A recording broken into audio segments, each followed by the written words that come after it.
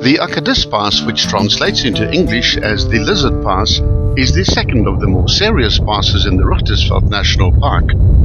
Only four-wheel drive vehicles with good ground clearance will cope with conditions here, and the biggest obstacle is always the soft sand.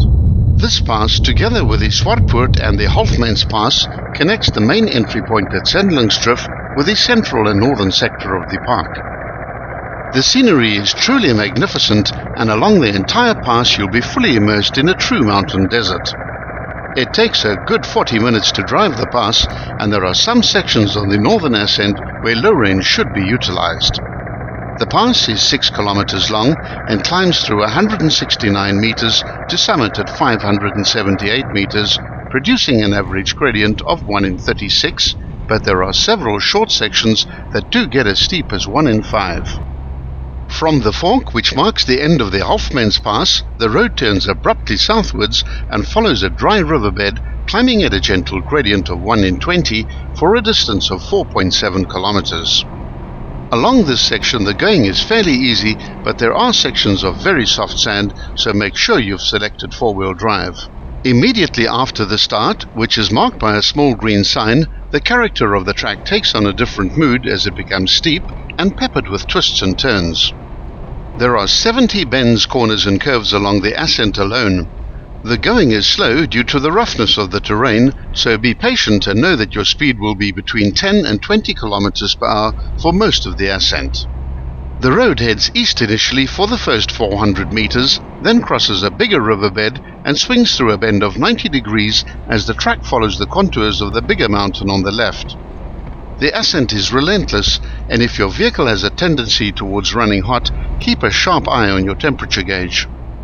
At the 1.1 kilometer mark, the road drops down briefly to recross the riverbed and immediately starts climbing again. The scenery is breathtaking. Quiver trees dot the rocky slopes, and the odd tree provides a small pool of shade for hot travelers. And it gets blisteringly hot here in summer, with temperatures regularly soaring above 40 degrees centigrade. The variety of rock types is astonishing, with granite, sandstone and dolerite all clamoring for a space in the Namaqualand sunshine. The track crosses the riverbed 7 times on its way up to the summit, and there is one specific section which has an alarming left-hand side slope which can catch inexperienced drivers by surprise. The scenery is rugged, remote and wild. Rain seldom falls in the park, but when it does, flash floods can cause devastating conditions. Never camp on a dry riverbed. Most first-time visitors to the Rughterveld have a problem with the corrugations. If you don't wrap your mind around this problem, you're going to have an unpleasant time in the Rughterveld. It's a fact of life here, and it's better to learn how to drive over the corrugations in the most comfortable and safe manner, rather than become frustrated. By far the most important issue is tire deflation. Start your gravel travel off by dropping your tire pressures to 1.4 bar, and if things are still too bumpy, continue dropping pressures in small increments until the vehicle feels safe and predictable. The two important things to remember are that you should not turn your steering sharply at speed and never drive faster than 80 km per hour on tires that are deflated. The lower the pressure, the lower the maximum speed.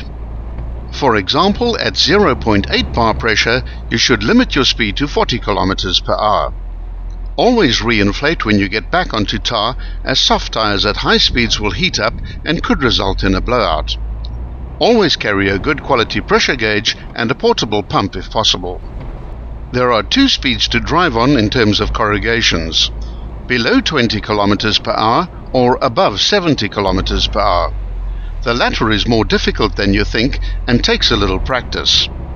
At 70 km per hour, the vehicle will float over the corrugations and the ride will feel at least 50% better than normal. If you have a 4-wheel drive vehicle, the center diff must be locked up, which transfers power to the front and rear wheels in equal proportion. 4-wheel drive vehicles are much safer to drive on corrugations than those without it. Be sure to watch part 2 of this series on the Akadis Pass, which deals with the rest of the ascent as well as the southeastern descent.